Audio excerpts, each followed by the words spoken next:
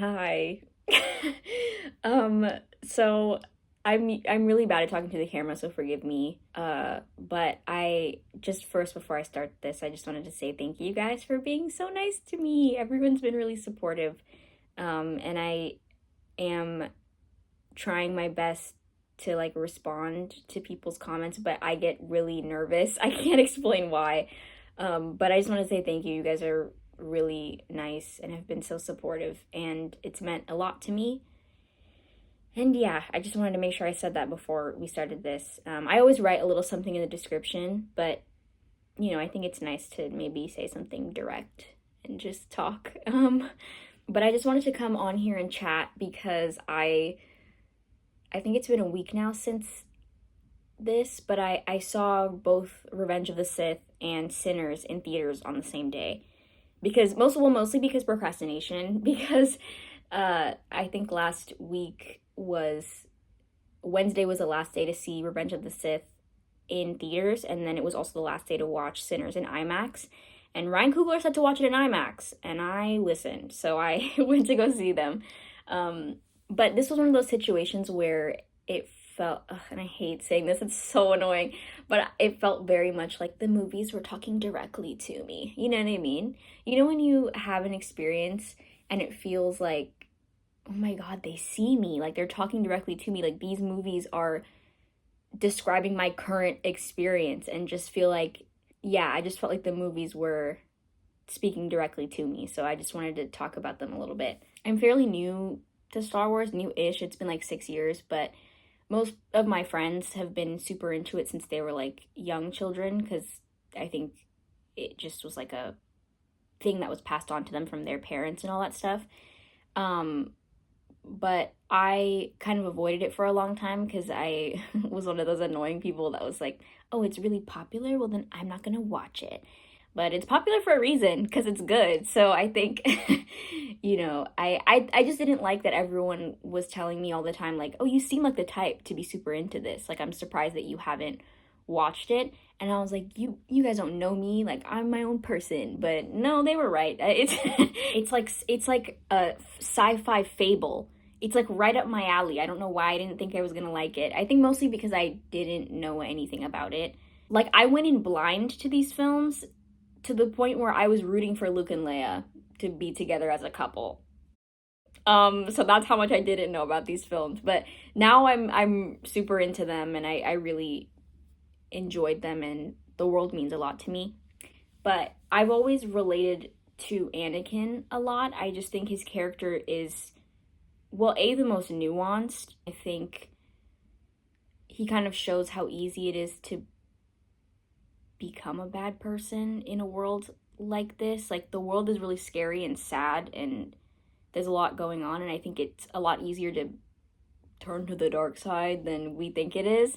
As someone who like deeply fears change and death and can be kind of controlling at times and desperately doesn't want anything bad to happen to the people that I love, I find his character very relatable.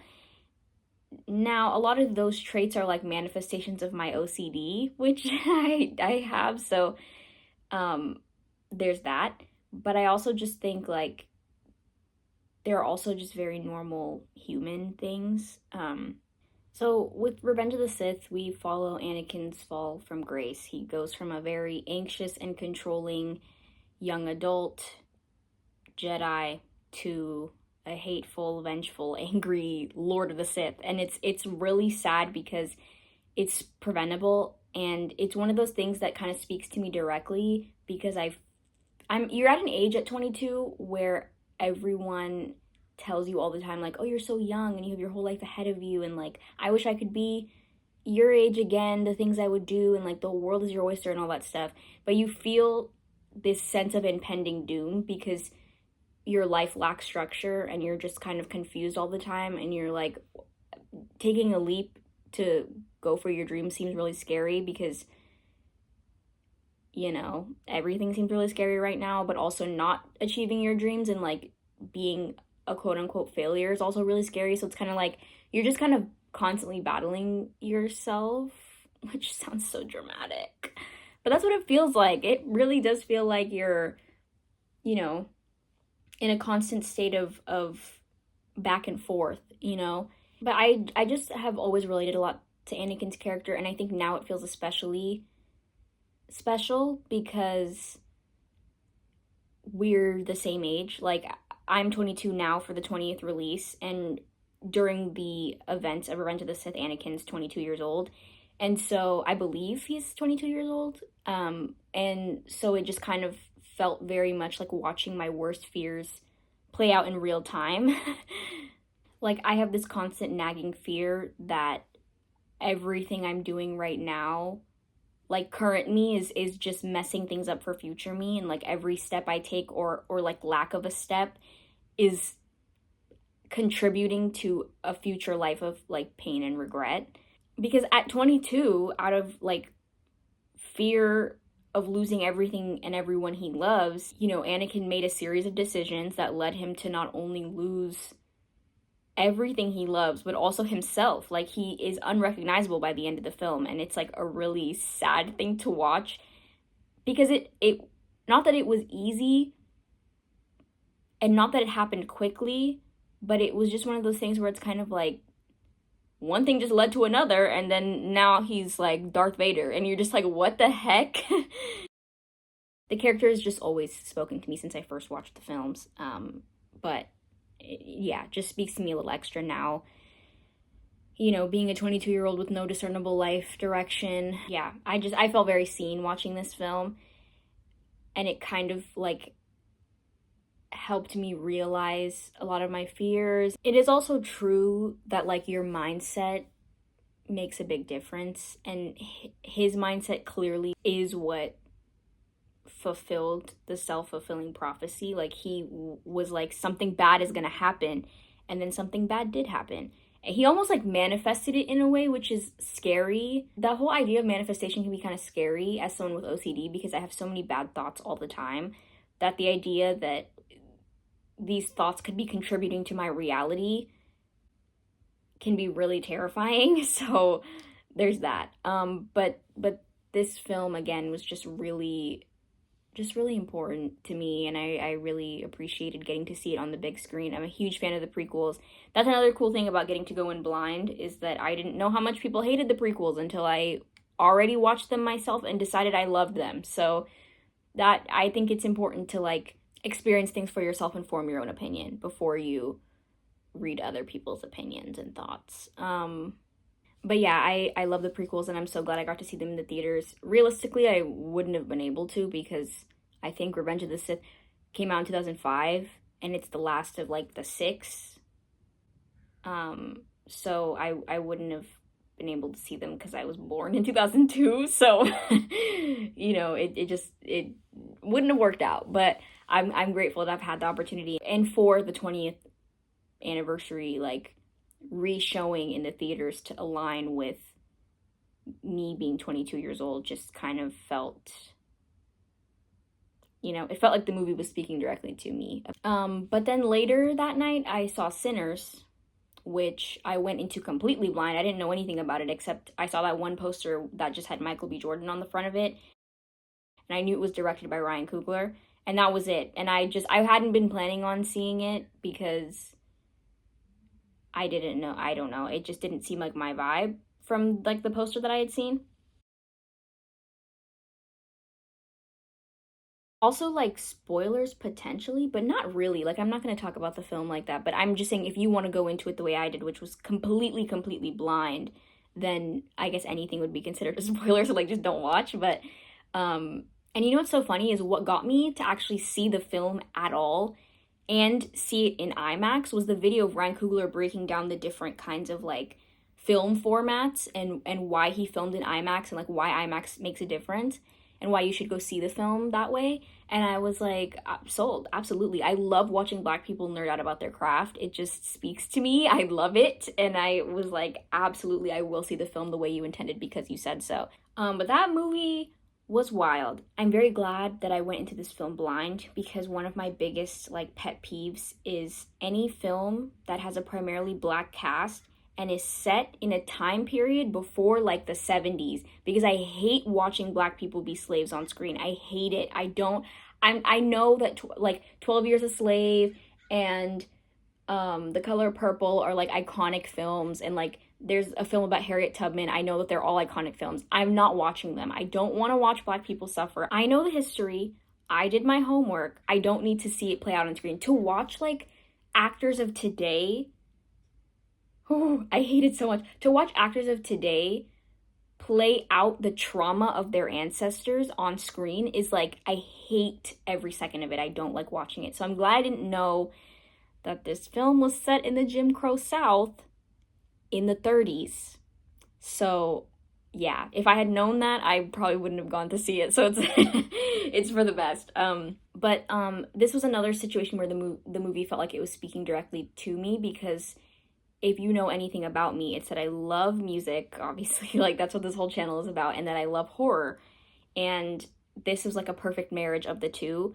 Vampires are also my favorite creatures, and they like always have been. I think it's the immortality thing, because again, shout out to Anakin, I've always had a very big fear of death. So I love the immortality aspect. I also think that they're a great metaphor for like living with mental illness, because I think the whole thing with vampires is that they kind of occupy this space between life and death. Like they're in limbo. They're not fully dead, but they're also not really alive, and that's kind of how it feels like to experience a lot of mental health issues. So I've always just found vampires to be like pretty cool. I like them. But yeah, this movie was like pretty much perfect in my opinion. Every second of it I loved, and again, like I said, it just felt very tailor-made for me. And maybe that's me exposing myself as being conceited. I don't know. But I think I think that yeah, I think a good movie should speak to you and should make you feel the way that these movies made me feel. But this movie was really important because it reminded me of why I care about music so much, and that I'm not silly to care about it so much. I think it also reminded me of like why good art matters and why being a nerd is cool. I think that, you know, I can tend to fall into these traps in my mind where I'll like talk myself out of making art or being creative, because I'll trick my brain into thinking that that stuff doesn't really matter. Like, I forced myself in college to pursue a STEM degree. I mean, I do have interest in STEM to some degree, but I forced myself to pursue like my education in STEM because I thought that the idea of pursuing something creative was kind of silly, you know? Also because I just didn't think my personal happiness was something worth pursuing. I've also always been scared to label myself as an artist until I'm fully perfect or fully at a place where I want to be, which is like an impossible goalpost to set because my brain is mean to me. And it's also just like not fair. Like, art should be something we do because it moves us and because it makes us feel a way, not because we're trying to be the best or because, you know, we're trying to achieve some accolade or whatever. Like, it should just be something that you do. Even if you're bad at it, it should just be something that you do for pure enjoyment. And then if you make something that moves people, that's cool. That's just like a side effect of you doing the thing that you love. It shouldn't be like, you shouldn't be trying to make people feel something. You should just be making the movie you want to see, making the song you want to hear, you know? And then if it moves people, that's cool. But yeah, good art is truly healing. It made me pick my guitar up after like a long time. I had been avoiding my guitar because I'll go through periods of time where I'll trick myself into thinking that I can't play it or that I'm like bad or I don't know anything. And then I'll just like stare at it from the side of my room and just like not touch it. But this movie, I picked it back up because I was like, I need to learn that song. Sammy plays a song called I Lied to You, and I was obsessed with it when I heard it for the first time, and I was like, I need to learn how to play that. So this is a clip of me literally right after watching the movie. I think we came out of the movie at like midnight, and this is me like at 1 a.m. trying to teach myself to play it. The clip is really bad. Warning.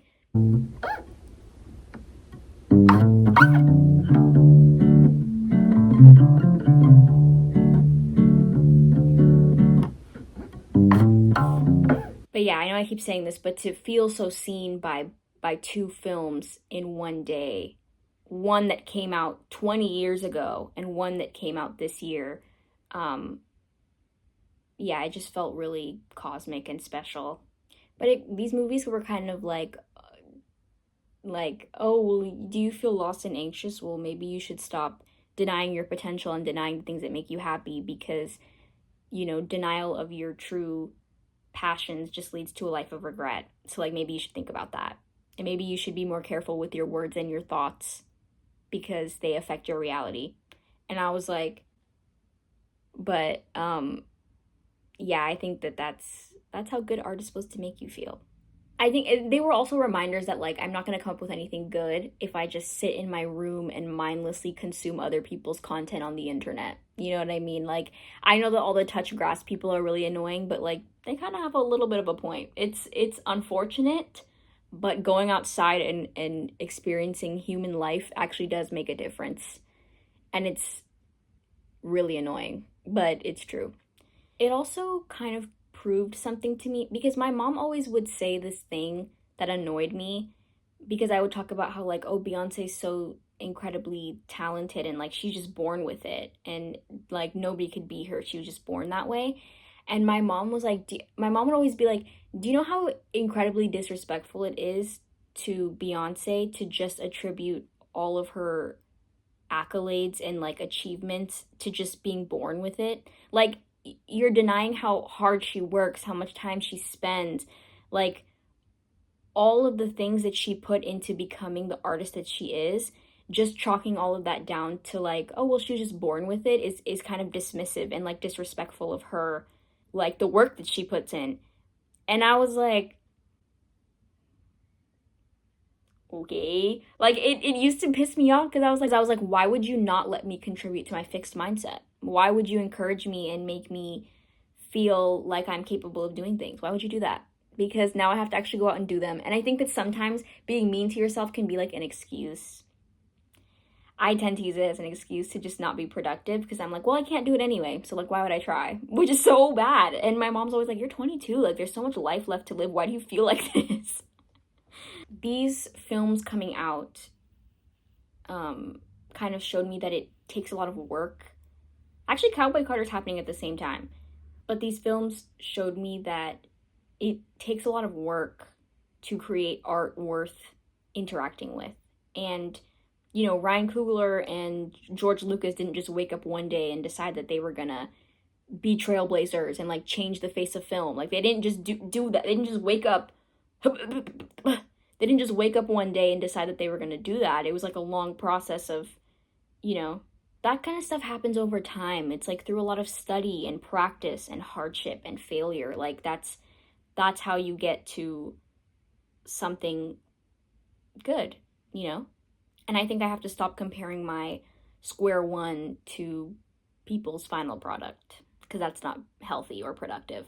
But yeah, I just felt moved to share because these movies were so good and so inspiring, and it just reminded me that art does have value and I'm not silly for wanting to pursue it. And I also know I didn't talk super specifically about either film. Movie commentary is not really my bag personally. I love watching it, but I've never made it. But if you want to talk about either of the films, please comment down below. I have a lot of thoughts, and I'm sure you do too if you've seen them. We are also currently in a Black nerd renaissance, and I'm very proud to be one of them. And if you just want to nerd out about whatever your favorite thing is in the comments, please do. Your current hyperfixation, I'd love to hear about it. I'm also going to link down below a playlist of videos that I watched about Sinners, because Revenge of the Sith has been out for so long. Like, Star Wars has worlds built around it. Like, I've been on Wikipedia, I know what's going on. I've like watched as many videos as I can find online. So that's been out for a long time, but Sinners is new, and there's a lot of new analysis videos. There's a lot of videos on the history of vampires and like vampire lore, or the history of blues music and all of that. So I think that also the fact that Buddy Guy, they got Buddy Guy in this film. This is why caring about your craft is so incredibly important, because this film is one of the most well-researched, well-put-together, well-done movies I've ever seen. And I know that the year is not over, but I think this is my favorite film of the year. Yeah, I can say that with confidence. I think it's so good. But yeah, I'm gonna link down below a video playlist of like just people talking about the film, reviewing it, talking about the history, the symbolism, all of that, if you're interested. And I promise I will be posting covers soon. I know I always say that, but I actually will, I swear. I will. Watch more good movies, listen to some good music, and touch grass, I guess. Okay, bye.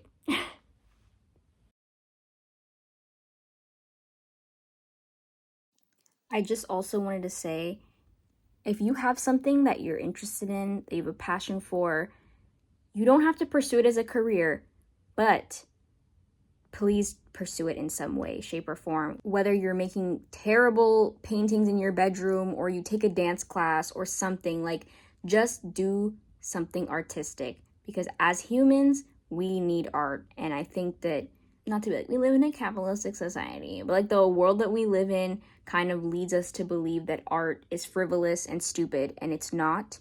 And I think that this is one of the first times that I've said that it's not stupid and truly believed it. Even though I have such a passion for it, it can be really easy to like trick yourself into thinking that it doesn't matter, but it does, and you need it.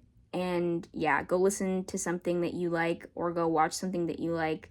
I think you should go listen to whatever makes your heart feel good. Okay, bye.